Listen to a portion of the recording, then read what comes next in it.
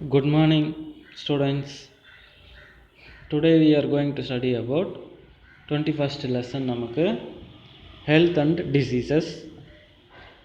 இந்த லெசன்ஸில் பார்த்தோம் அப்படின்னா நாம் ஹியூமன்ஸோட ஹெல்த்து, ஹியூமன்ஸுக்கு வரக்கூடிய டிசீசஸ் பற்றி தான் இந்த லெசனில் நாம் டிஸ்கஸ் பண்ண போகிறோம்.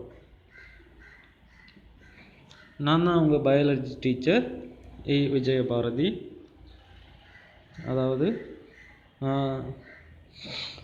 இதில் லேர்னிங் அப்ஜெக்டிவ்ஸ்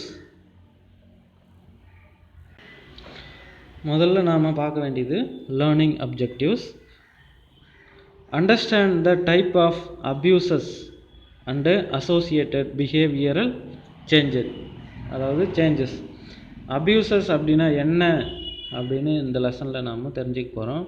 அதனால் என்னென்ன பிஹேவியரில் சேஞ்சஸ் நடக்கும் அப்படின்னு தெரிஞ்சுக்க போகிறோம். Gain knowledge of prevention and protection from child sexual abuse.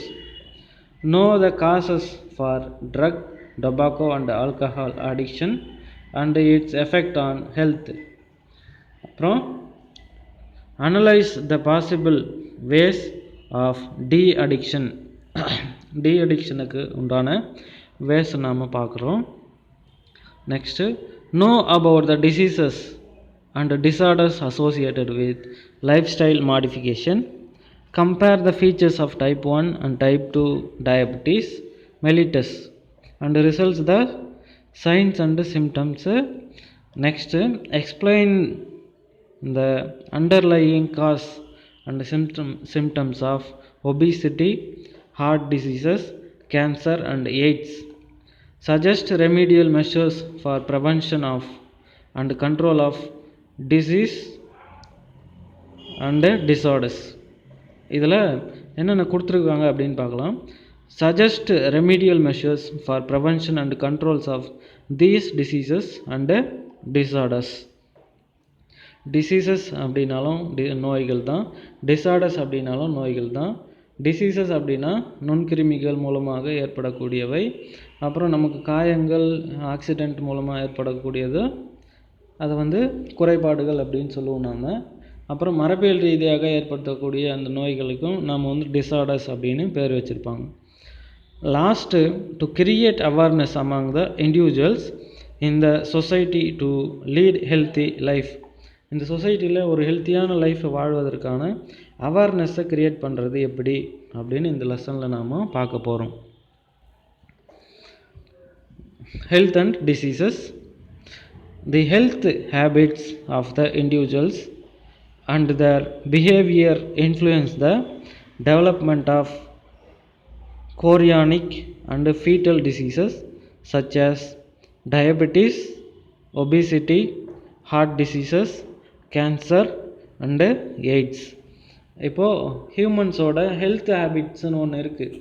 நாம் என்ன சாப்பிட்றோமோ அதுக்கேற்ற மாதிரி தான் நம்மளோட உடலமைப்புகள் காணப்படும். அதனால் அது என்ன பண்ணுது அப்படின்னா நம்மளோட வளர்ச்சியிலையும் நம்மளோட ஹெல்த்லேயும் இன்ஃப்ளூயன்ஸ் பண்ணுது நம்மளோட டயட்ஸு. சரியா? நம்ம என்ன டயட் எடுத்துக்கிறோமோ அந்த டயட்டில் தான் நம்மளோட லைஃப் ஸ்டைல் மாற்றி அமைக்கப்படும். அதே மாதிரி இந்த பிஹேவியர்னால் நமக்கு பல்வேறு விதமான நோய்கள் ஏற்படுகின்றன. இதில் first development of chorionic and foetal diseases அப்படின்னு சொல்கிறது. இப்போ புதுசாக மேரேஜ் ஆகி ஒரு கப்புள் இருக்காங்க, அவங்களுக்கு பேபி பிறக்கணும் இல்லையா? ஆனால் என்ன ஆகிடும் அப்படின்னா இந்த அவங்களோட ஃபுட் ஹேபிட்ஸ்னால் அந்த பேபி சரிவர வளராமல் கருவிலேயே நோயோட இருக்கக்கூடிய ஒரு நிலைமை இப்போ இருக்கிற காலகட்டத்தில் இருக்கிறதுனால நாம் என்ன பண்ணணும் அப்படின்னா ரொம்ப கேர்ஃபுல்லாக அந்த கருவுற்ற தாய்மார்களை நாம் ரொம்ப பாதுகாப்பாக அவங்களுக்கு ஹெல்த்தியான ஃபுட்டை கொடுத்து கரு வளர்ச்சியை நல்லா ஹெல்த்தியாக்க வேண்டும். கருவிலேயே நாம் ஹெல்த்தியாக பிறந்துட்டோம் அப்படின்னா நம்ம பிறந்த பிறகு எந்த விதமான நோய்களுக்கும் நமக்கு அடிக்ட் ஆக, அதாவது நோய்கள் வராமல் நம்மளுக்கு பாதுகாப்பாக இருக்க முடியும். சரியா? அதனால தான் இங்கே சொல்கிறாங்க chorionic and foetal diseases. Chorion அப்படின்னு சொல்கிறது தாயோட கர்ப்பப்பையில் இருக்கக்கூடிய ஒரு கருவுக்கு ப்ரொடெக்ஷன் அளிக்கக்கூடிய ஒரு பை போன்ற அமைப்பு தான் கோரியான் அப்படின்னு பேர். ஃபீட்டல் அப்படின்னா கருவுக்கு தான் ஃபீட்டஸ் அப்படின்னு பேர். டிசீசஸ் கருவுக்கு உண்டாகக்கூடிய நோய்கள். சரியா? என்னென்ன நோய்கள் வரும் கருவிலேயே நமக்கு அப்படின்னு கேட்டிங்கன்னா, டயபெட்டிஸ் அப்படின்னா நமக்கு தெரியும் சுகர் நோய். ஒபிசிட்டினா நமக்கும் எல்லாருக்குமே தெரியும். ஒபிசிட்டி அப்படின்னா ரொம்ப குண்டாக இருக்கிறது. ஹார்ட் டிசீசஸ் இதய நோய்கள், அப்புறம் கேன்சர், அப்புறம் எய்ட்ஸ். இது எல்லாமே கருவிலேயே நமக்கு உண்டாகக்கூடிய நோய்கள். சரியா? அடுத்தது, these conditions can be substantially reduced by protect their health by taking. இதை நாம் கருவிலேயே நம்ம இந்த விதமான நோய்களை நாம் தடுக்க முடியும். எப்படி அப்படின்னா, இந்த நியூட்ரிஷன்ஸ் டயட், அதாவது நல்ல சத்து மிகுந்த உணவு பழக்கத்தை நாம் மேற்கொள்ள வேண்டும். அப்புறம் ரெகுலராக எக்ஸசைஸ் செய்ய வேண்டும். அண்ட் பை அவாய்டிங் ட்ரக்ஸ் நாம் அதிகப்படியாக எடுத்துக்கொள்வதை தடுக்க வேண்டும். சரியா? ஆல்கஹால் அண்டு ஸ்மோக்கிங் இது எல்லாத்தையும் சுத்தமாக நாம் நிறுத்திட்டோம் அப்படின்னா நமக்கு நல்ல ஹெல்த்தியான உடம்பு நமக்கு கிடைக்கும். நோய்களற்ற ஒரு உடம்பு இருந்தால் தான் என்ன பண்ண முடியும் அப்படின்னா, ஆக்டிவாக நம்மளால் இருக்க முடியும். நம்மளுக்கு தேவையான வேலைகளையும் நம்மளுக்கு தேவையான பொருட்களையும் நம்மளாலேயே எடுத்துக்கொள்ள முடியும். சரியா? யாரையும் எதிர்பார்க்க வேண்டிய அவசியமே இருக்காது. ஓகேவா? Next, the ministry of women and child development campaigned the introduction of the Protection of Children from Sexual Offences Act 2012. 2012 இந்த குழந்தைகளுக்கும் அதாவது பெண்களுக்குமான பாதுகாப்பு சட்டங்கள் நிறைவேற்றப்பட்டுள்ளன. People who traffic children for sexual purposes are also punishable under the provision relating to the act. இந்த சட்டம் மூலமாக அந்த செக்ஷுவலாக நாம் அப்ரோச் பண்ணுவோம். அதாவது நிறைய பேர் என்ன பண்ணுவாங்க, செக்ஷுவலாக அப்ரோச் பண்ணுவாங்க. அந்த மாதிரி பண்ணுறது தடுக்கிறதுக்காக தான் இந்த சட்டம் கொண்டு வந்தாங்க. அந்த மாதிரி பண்ணுறவங்களுக்கு உண்டான தண்டனைகள் இந்த சட்டம் மூலமாக வழங்கப்படும். ஓகேவா? சைல்டு ப்ரொடெக்ஷன் அதாவது அந்த சட்டத்து பேர் என்ன அப்படின்னா, எல்லாருக்குமே தெரியும், POCSO. POCSO, protection of children from sexual offences. சரியா? அதோட எக்ஸ்பென்ஷன் தான் இப்போ நான் படித்தது. இப்போது objectives of the POCSO act 2012 to protect children from the offences of sexual assault, அதாவது ஆசல்ட், அப்புறம் செக்ஷுவல் அசால்ட்மெண்ட், அப்புறம் ப்ரோனோகிராஃபி. இந்த மாதிரி அதாவது சட்டவிரோதமான செயல்களிலிருந்து குழந்தைகளை காப்பதற்காக இது சட்டம் இயற்றி உள்ளது. அடுத்தது பார்த்தோம் அப்படின்னா, to establish special court for speedy trial of such offences. இந்த மாதிரி கேசஸ்லாம் பார்த்தோன்னா ரொம்ப ஃபாஸ்ட்டாக என்ன பண்ணுவாங்க, க்ளோஸ் பண்ணிவிடுவாங்க. சரியா?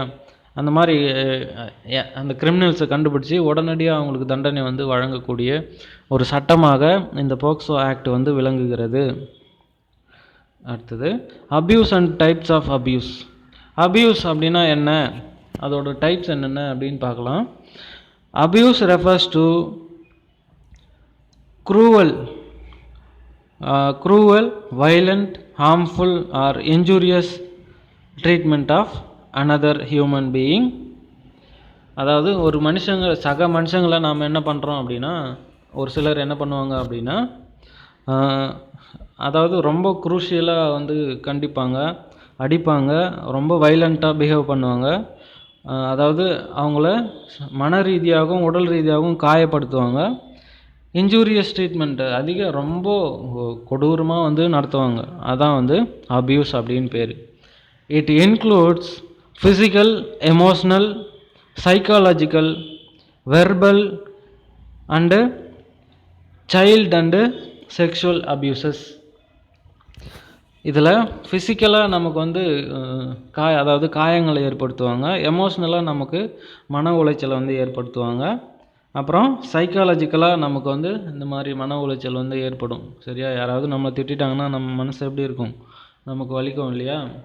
அதான் வந்து ரொம்ப ஹார்டாக நடந்துக்கிறது, இதுதான் வந்து அபியூஸ் அப்படின்னு பேர். அப்புறம் வெர்பல் சைல்டு செக்ஷுவல் அபியூஸ்.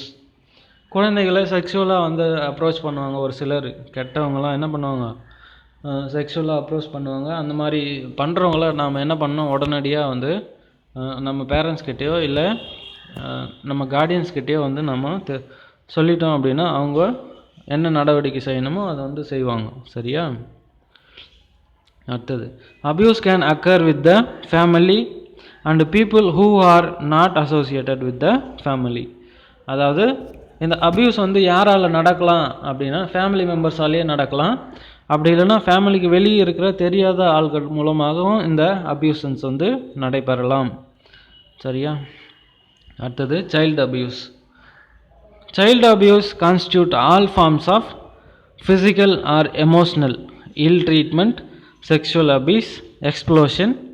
இது எல்லாமே வந்து செய்கிறதுனால அந்த குழந்தைக்கு என்ன ஆகிடும் அப்படின்னா resulting in child's ill health. அதாவது ஹெல்த்தியாக என்ன பண்ணுவாங்க, ஹெல்த்தி இல்னஸ் வந்து வந்துடும். ரொம்ப வீக்காக ஃபீல் பண்ணுவாங்க, ரொம்ப பயப்படுவாங்க, ரொம்ப எமோஷனாக பயப்படுவாங்க. என்ன அப்புறம் சர்வைவல் இல்னஸ், அவங்க என்ன பண்ணுவாங்க, வாழ்வதற்கே வந்து ரொம்ப பயப்படுவாங்க. அப்புறம் டெவலப்மெண்டல் இல்னஸ், குழந்தைங்களோட மன ரீதியான வளர்ச்சி வந்து பாதிக்கப்படும். அடுத்தது, physical abuse of a child is defined as these act that causes physical harm such as treating, அப்புறம் beating, kicking and hitting the child. குழந்தைகளை அடிக்கிறது, உதைக்கிறது, அதாவது கத்துறது, சத்தமாக பேசுறது, கெட்ட வார்த்தை யூஸ் பண்ணி பேசுறது, இது எல்லாமே வந்து என்ன சொல்கிறாங்க அப்படின்னா சைல்டு அபியூஸ் அப்படின்னு சொல்கிறாங்க. குழந்தைங்க கிட்ட அந்த மாதிரி ஹார்டாக வந்து நடந்துக்கவே கூடாது, அவங்க மன ரீதியான ப்ராப்ளமுக்கு உள்ளாயிடுவாங்க அப்படின்னு சொல்லிட்டு என்ன பண்ணக்கூடாது அப்படின்னா இந்த மாதிரி ஹார்டாக வந்து குழந்தைங்கக்கிட்ட நடந்துக்க கூடாது. ஓகேவா? Next, sexual abuse. இதில் dominance of one person over another. ஒரு பர்சன் என்ன பண்ணுறாரு, ஒரு டாமினண்ட்டாக ஒரு வலுவாக இருக்கிறாரு அப்படின்னு சொன்னால் அவங்க என்ன பண்ணுவாங்க அப்படின்னா வீக்காக இருக்கிறவங்களே டார்கெட் பண்ணி ரொம்ப அவங்கள வந்து டார்ச்சர் பண்ணுவாங்க. அதுக்கு பேர் தான் செக்ஷுவல் அபியூஸ் அப்படின்னு சொல்கிறோம். எந்த இடத்துல இது மேக்சிமம் நடக்கும் அப்படின்னா வேலை செய்யக்கூடிய இடங்களில் இது வந்து அதிகப்படியாக நடக்கும். ரொம்ப டாமினன்ஸாக இருக்கிறவங்க என்ன பண்ணுவாங்க, கொஞ்சம் வீக்காக இருக்கிறவங்க கிட்ட ரொம்ப மோசமாக வந்து பிஹேவ் பண்ணி அவங்கள வந்து மன ரீதியான பிரச்சனைக்கு வந்து உள்ளாக்கிடுவாங்க. சரியா? அடுத்தது, சைல்டு செக்ஷுவல் அபியூஸ். குழந்தைகளை வந்து இந்த செக்ஷுவலாக அப்ரோச் பண்ணுறது தான் வந்து சைல்டு செக்ஷுவல் அபியூஸ் அப்படின்னு சொல்லுவாங்க. Commonly abusers are persons well known to the child. குழந்தைங்களுக்கு ரொம்ப தெரிஞ்சவங்களாக இருப்பாங்க. அப்படி இல்லைன்னா even be living in the same locality, ஒரே இடத்துல வாழக்கூடியவங்களாக இருப்பாங்க. சரியா? அவங்க தான் என்ன பண்ணுவாங்க, குழந்தைங்களை இந்த மாதிரி செக்ஷுவல் டார்ச்சர் கொடுத்து அவங்கள வந்து மன ரீதியான பிரச்சனைகளுக்கு ஆளாக்கி, உடல் ரீதியான பிரச்சனைகளுக்கு ஆளாக்கி அவங்க இறக்கக்கூடிய ஒரு நிலைமைக்கு வந்து தள்ளி விட்டுருவாங்க. Approaches for protection of and abuse child. ஒரு குழந்தை வந்து அந்த அபியூஸால் சொல்லுங்க மிஸ்.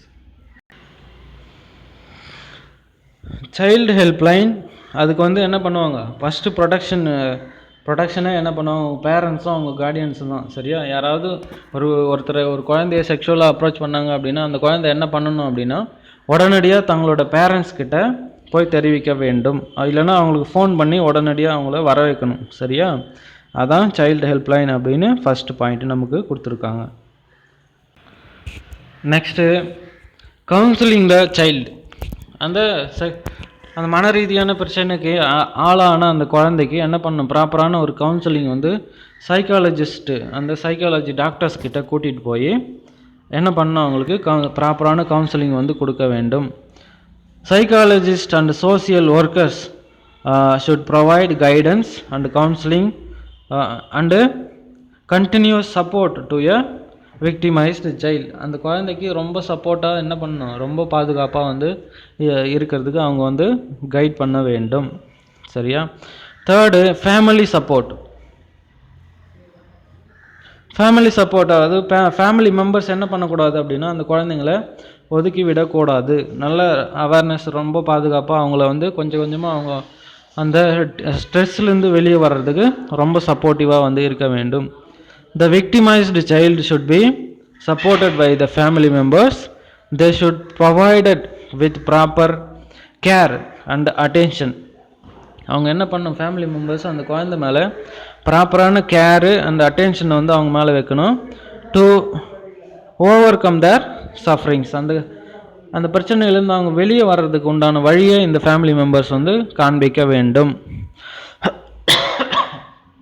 அடுத்தது, a child victim of sexual offenses should receive medical care and treatment. அந்த மெடிக்கல் கேர் வந்து அவங்களுக்கு ரொம்ப வந்து மருந்துகள் கொடுத்து அவங்களோட காயங்கள், புண்ணுகள் எல்லாத்தையும் வந்து ஆற்ற வேண்டும்.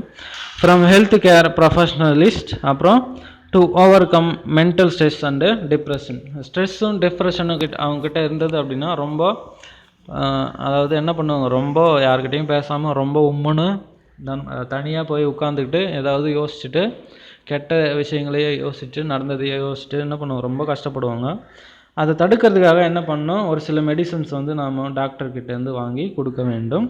அப்புறம் அவங்கள தனியாக விடாமல் அவங்க கூட யாராவது கூட பேச்சு துணைக்கோ இல்லை சும்மா ஒரு அவங்களோட பயத்தை போக்குறதுக்காக கூடவே ஒருத்தர் இருக்க வேண்டும். அடுத்தது, legal council. The family R the